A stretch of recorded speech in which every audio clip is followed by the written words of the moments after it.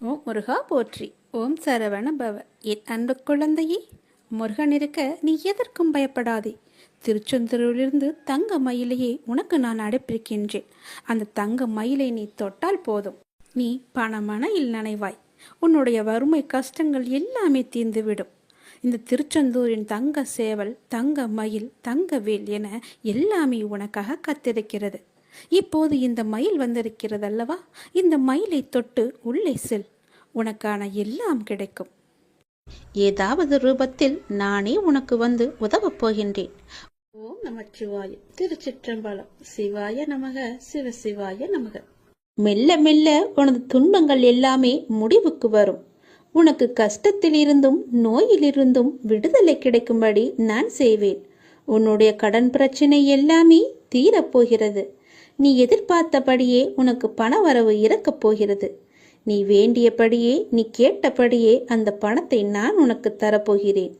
நீ இப்போது பணம் இல்லாமல் தவித்து கொண்டிருக்கிறாய். உன் பண பிரச்சனையை தீர்ப்பதற்காகத்தான் நான் ஒருவரை அனுப்பியிருக்கிறேன். அவர் மூலம்தான் உனக்கு பணம் கிடைக்கப் போகிறது. யாரென்று அடையாளம் அறிந்து கொள், தெரிந்து கொள். வருவது நானாக கூட இருக்கலாம். இன்றைய காலகட்டத்தில், இந்த நிலையில், இன்றைய சூழலில் உனக்கு பணம் பெரிய ஒரு கஷ்டமாகவே இருக்கிறது. அந்த பண பிரச்சனை எல்லாமே தீரும் வகையில் நான் உனக்கு ஒரு வழியை ஏற்படுத்தியிருக்கிறேன். அந்த வழி சிறப்பானதாக இருக்கும். அதிலிருந்தே உன்னுடைய பண கஷ்டங்கள் எல்லாமே தீர்ந்துவிடும். அதிலிருந்துதான் உனக்கு நிரந்தர வருமானமும் கிடைக்கும்.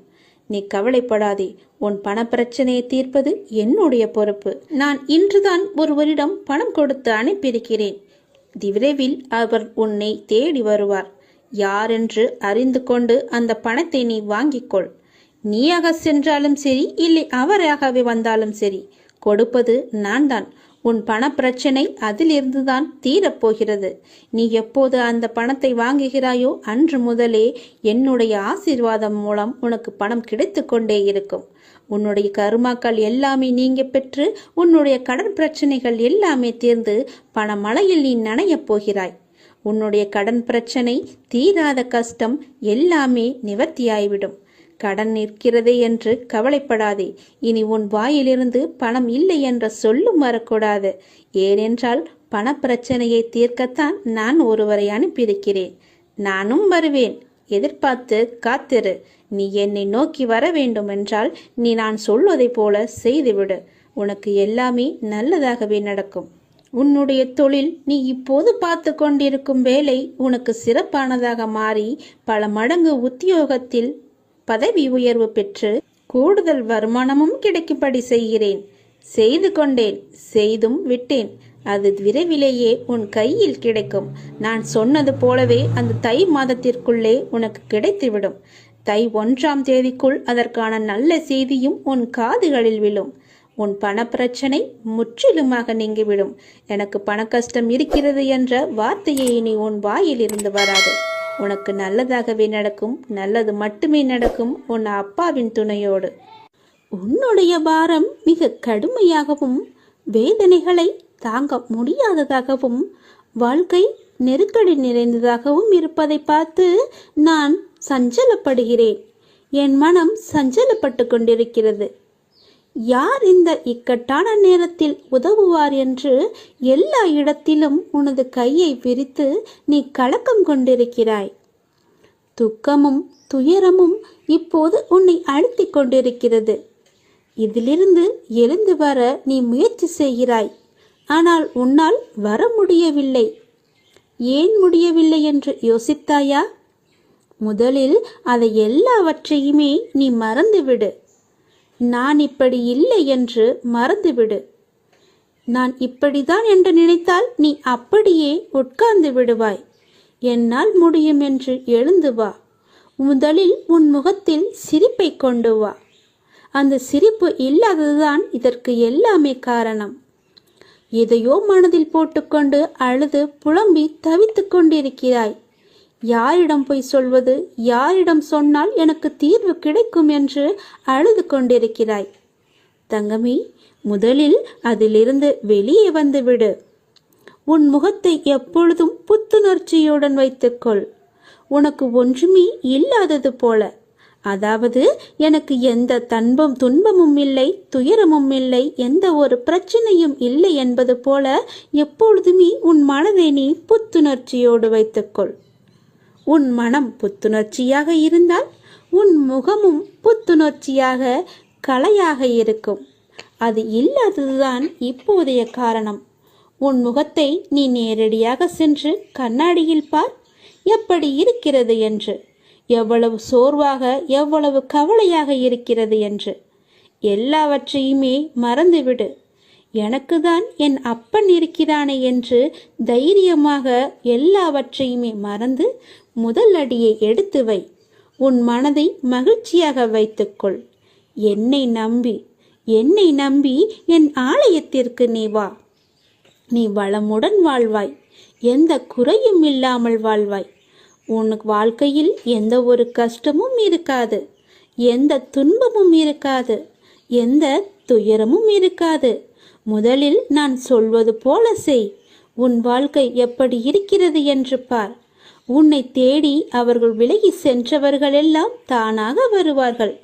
உன் மனதையும் உன்னையும் நீ புத்துணர்ச்சியோடு வைத்துக்கொண்டு உன் முகத்தில் புன்னகையை வைத்து பாரேன், எப்படி தேன் போல ஓடி வருகிறார்கள் என்று. வாழ்க்கைக்கான அர்த்தத்தை தான் எல்லோருமே தேடிக்கொண்டிருக்கிறார்கள். ஆனால் எப்படி வாழ்வதற்கான அர்த்தங்களை யாருமே தேடுவதில்லை. அதை தேடியிருந்தால் வாழ்க்கையை நிம்மதியாக வாழ்ந்திருக்கலாம். ஏன் அவ்வாறு செய்ய மறுக்கிறார்கள் என்று தெரியவில்லை. எத்தனையோ முறை சொல்லியாய்விட்டது. வாழ்க்கையில் எதுவுமே காரணங்கள் இல்லாமல் நடக்காது. எல்லாவற்றிற்குமே பின்னால் நிச்சயமாக ஒரு காரணம் இருக்கும். இப்போது இந்த பதிவை நீ கேட்பதற்கு கூட ஒரு காரணம் நிச்சயமாக இருக்கும்.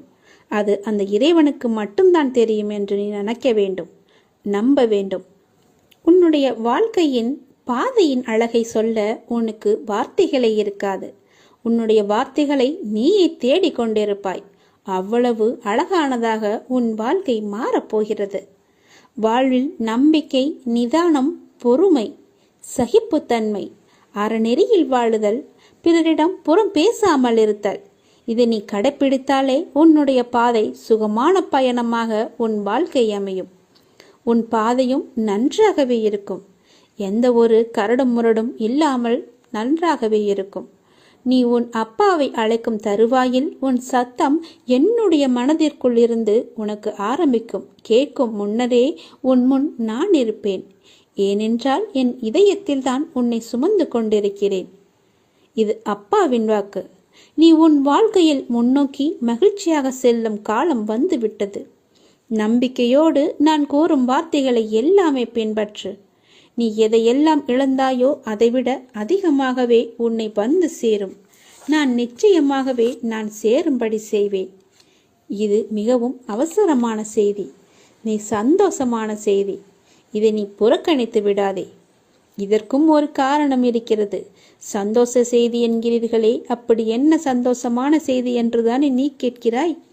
நீ கேட்டதை, நீ நினைத்ததை நான் தரப்போகிறேன். விரைவாகவே அது உன்னிடம் கிடைக்கும்படி நான் செய்ய போகிறேன். நீ கேட்டது எல்லாமே உனக்கு கிடைக்கும். என்னிடம் வெகு நாட்களாக கேட்டுக்கொண்டிருந்தாய். புத்தாண்டு அன்று என் ஆலயத்திற்கு வந்து என்னிடம் ஒன்று கேட்டாய். அது உனக்கு ஞாபகம் இருக்கிறதா என்று பார். அதைதான் நான் உனக்கு இப்போது தரப்போகிறேன். அதற்கான காலம் கனிந்து விட்டது. காய் கனியாகி பழம் பழுக்கும் நேரம் வந்து விட்டது. அதனால் இப்போது நான் உனக்கு இந்த நல்ல செய்தியை சொல்வதற்காகத்தான் நான் வந்திருக்கிறேன். விரைவாகவே நான் அதை கொடுத்து விடுவேன். வெகு நாட்களெல்லாம் காத்திருக்க வேண்டாம். இன்னும் 2-3 நாட்களிலே அது உனக்கு கிடைக்கும். நல்ல செய்தியை கேட்பாய் நீ. வாழ்வோம் வளமுடன். நல்ல வழி பிறக்கும் உங்களுக்கு. சீக்கிரமாகவே உனக்கு நல்ல வழி பிறக்கும். என்னை நீ முழுவதுமாக நம்பு. நீ வருவாய் என்று உனக்காக நான் காத்து கொண்டிருக்கிறேன். விரைவில் ஒரு முடிவுக்கு வரப்போகிறது. எது என்று கேட்கிறாயா? உனது துயரங்கள் எல்லாமே விரைவிலேயே ஒரு முடிவுக்கு வரப்போகிறது. நீ தேவையில்லாமல் உன்னுடைய கண்களை நீ கலங்க வைக்காதே. மகிழ்ச்சியாகவே இரு. எப்போதும் உன்னை நீ மகிழ்ச்சியாகவே வைத்துக்கொள். நான் இருக்கும்போது எதற்காக நீ கலங்க வேண்டும்? என்னை மீறி எதுவும் நடக்கப் போவது இல்லை என்று உனக்கு நன்றாகவே தெரியும். எல்லாவற்றையுமே ஆற்றி வைப்பது நான் தான் என்று தெரியும். அப்படி இருந்தும் வீணான மனக்கவலை உனக்குள்ளே எதற்கு? உன்னை நான் தேர்ந்தெடுத்து நான் வசிக்கும் இடத்திற்கு நான் உன்னை வரவழைத்தேன். ஞாபகம் இருக்கிறதா? எப்படிப்பட்ட சூழ்நிலையில் என்னை வந்து சந்தித்தாய் என்று உனக்கு ஞாபகம் இருக்கிறதா? அதனால் நீ கலங்காதே. என்னுடைய வாக்கு என்றுமே பொய்யாகாது என்பதை நீ நம்ப வேண்டும். எந்த சூழ்நிலையிலும் உன்னை நான் கைவிட மாட்டேன் என்று நீ நம்ப வேண்டும். நம்பிக்கையோடு நீ எப்பொழுதுமே இரு. என் அப்பன் என்னை பார்த்து கொள்வார் என்ற நம்பிக்கையோடு இரு. என்னை மீறி எதுவுமே நடக்காது. உனக்கு என்ன வேண்டும் என்று என்னிடம் கேள். உனக்கு வேண்டியது எல்லாவற்றையுமே நானே தருகிறேன். அப்படி இல்லை என்றால் நீயே வேண்டியதை எடுத்துக்கொள். எனது கஜானா வாயிற்கதவு உனக்காகத்தான் திறந்து வைத்திருக்கிறேன். அதில் உனக்கானது நிறையவே இருக்கிறது. அதில் உனக்கு என்ன வேண்டும் என்று நீயே தேடி எடுத்துக்கொள். எது உன்னிடத்தில் சேர வேண்டுமோ அது உன்னிடத்தில் தானாகவே வந்து சேர்ந்துவிடும்.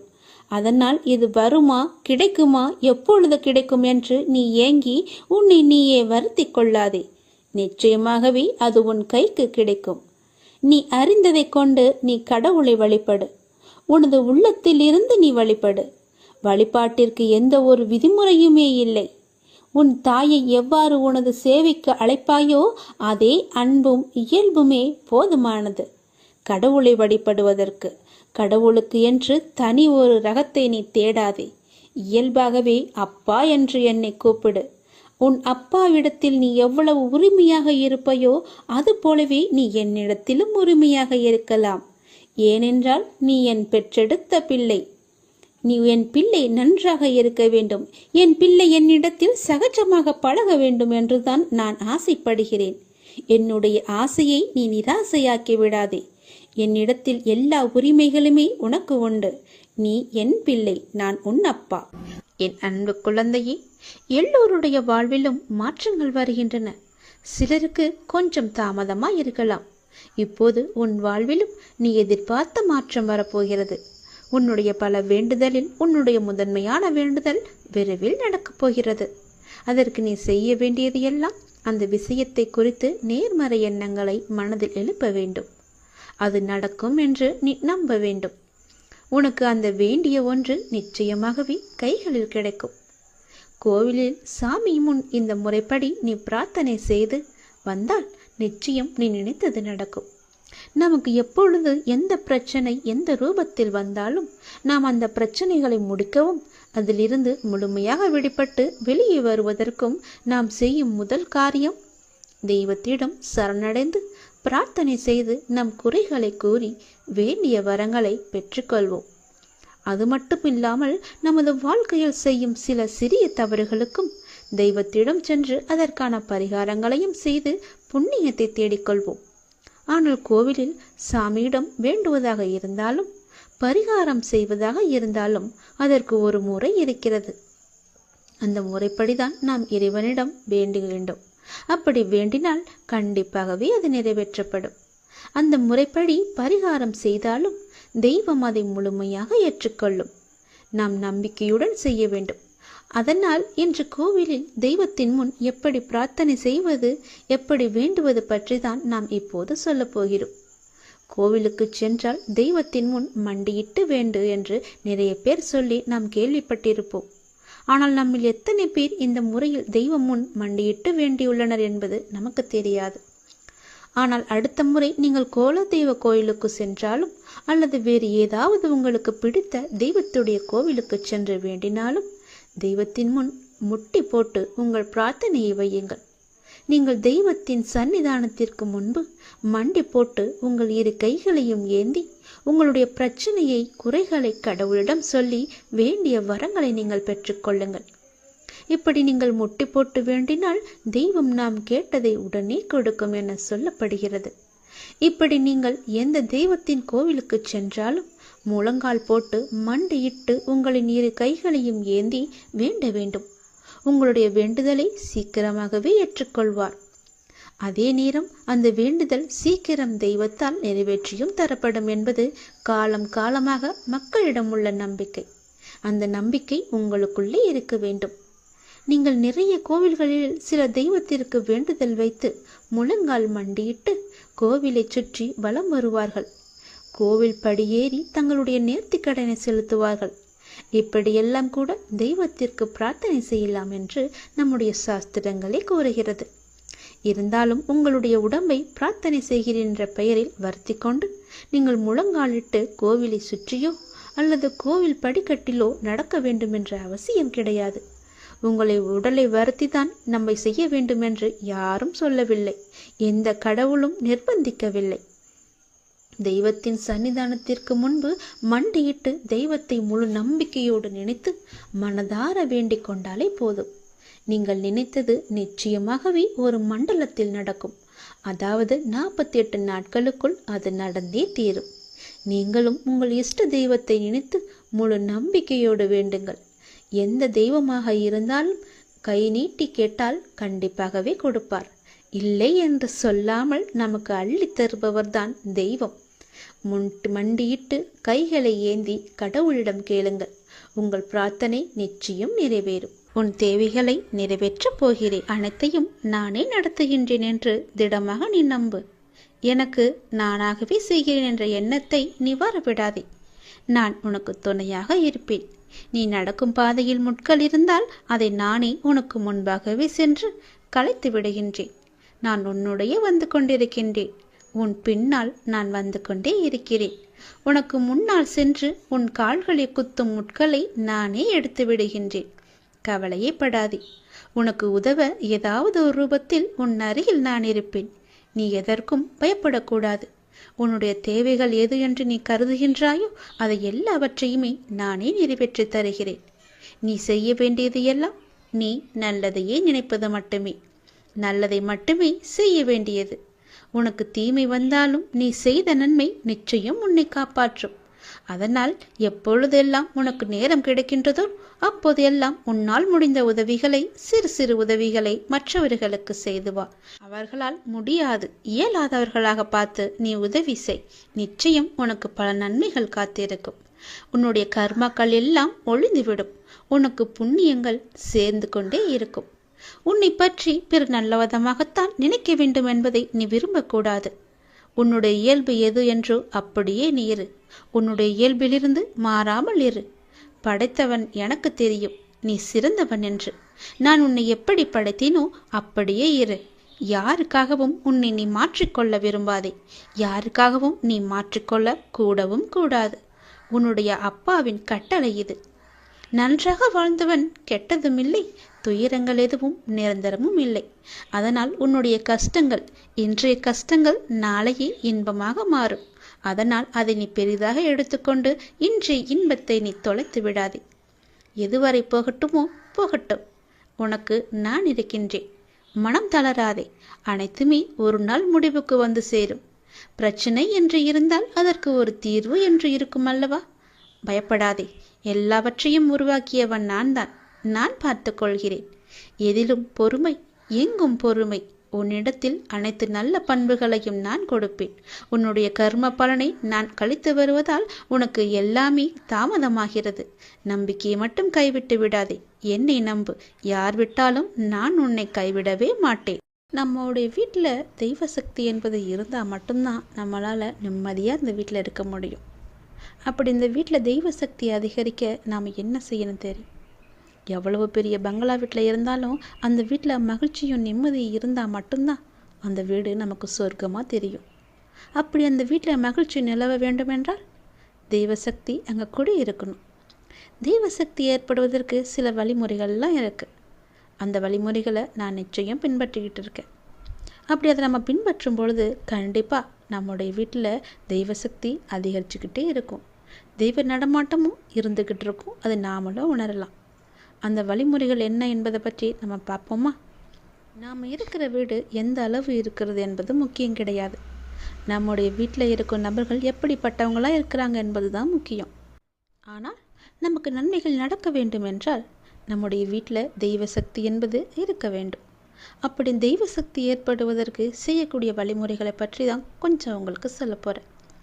வீட்டில் தெய்வ சக்தி அதிகரிக்க எந்த ஒரு வீட்டில் இருக்கும் நபர்கள் ஒருவரை ஒருவர் புரிஞ்சுக்கிட்டு விட்டு கொடுத்து அனுசரித்து சண்டைகள் இல்லாமல் இருக்கிறாங்களோ அந்த வீட்டில் தெய்வ சக்தி என்பது நிச்சயமாகவே இருக்கும். அடுத்ததா, எந்த வீட்டில் காலையிலையும் மாலையிலையும் பூஜை செய்யும் பொழுது மணி யோசை எழுப்பி பூஜை செய்கிறாங்களோ அந்த வீட்டில் தெய்வ சக்தி அதிகரிக்கும். அதாவது தினமும் விளக்கேற்றி சாமி கும்பிடும்போது மணி அடித்து நம்ம சாமி கும்பிட வேணும். தினமும் செய்ய முடியலனாலும் வாரத்தில் 3 அல்லது 4 நாட்களாவது மணி எடுத்து சாமி கும்பிடணும். மணியின் ஓசைக்கு தெய்வத்தை ஈர்க்கும் சக்தி நிறையவே இருக்குதான். அடுத்ததான், நாம் பூஜை செய்யும் போது நமக்கு தெரிந்த ஏதாவது சில மந்திரங்களை நாம் சற்று சத்தமாக உச்சரித்து வழிபடணும். மந்திர ஒளி ஒலிக்கும் இடத்துல தெய்வ சக்தி நிச்சயம் இருக்கும். அதனால தான் பலரது இல்லங்களில் மந்திர ஒளி 24 மணி நேரமும் ஒழிச்சுக்கிட்டே இருக்க செய்வாங்க. அப்படி செய்ய விட்டாலும் குறைஞ்சபட்சம் 10 நிமிஷமாவது மந்திர ஒளி உங்கள் வீட்டில் ஒலிக்க செய்வது தெய்வ சக்தியை ஈர்க்கும். கடைசியாக, வீட்டிற்குள் வரும்பொழுது நறுமணம் வீசணுமா, அதற்கு பதிலாக துர்நாற்றம் வீசக்கூடாது. எந்த வீட்டில் துர்நாற்றம் வீசாமல் நறுமணம் மணக்குதோ அந்த வீட்டில் தெய்வத்தின் அருள் என்பது பரிபூரணமாக இருக்கும். அதற்கேற்றாற் போல நாம் தினமும் ஊதுபத்தியோ சாம்பிராணியோ தசாங்கம் போடி, தசாங்கமே இப்போ கோன் போல் வருது இல்லையா, அதை பயன்படுத்தி தினமுமே ஏற்றி வைக்கணும். செவ்வாய் வெள்ளிக்கிழமைகளில் சாம்பிராணி தூபம் போட்டு வீடு முழுவதும் காட்டணும். இது மிகவுமே சிறப்பானது. மற்ற நாட்களில் நல்ல வாசனை மிகுந்த கம்ப்யூட்டர் சாம்பிராணியோ ஊதுபத்தியோ வீட்டு பூஜைகளில் நம்ம பயன்படுத்த வேண்டும்.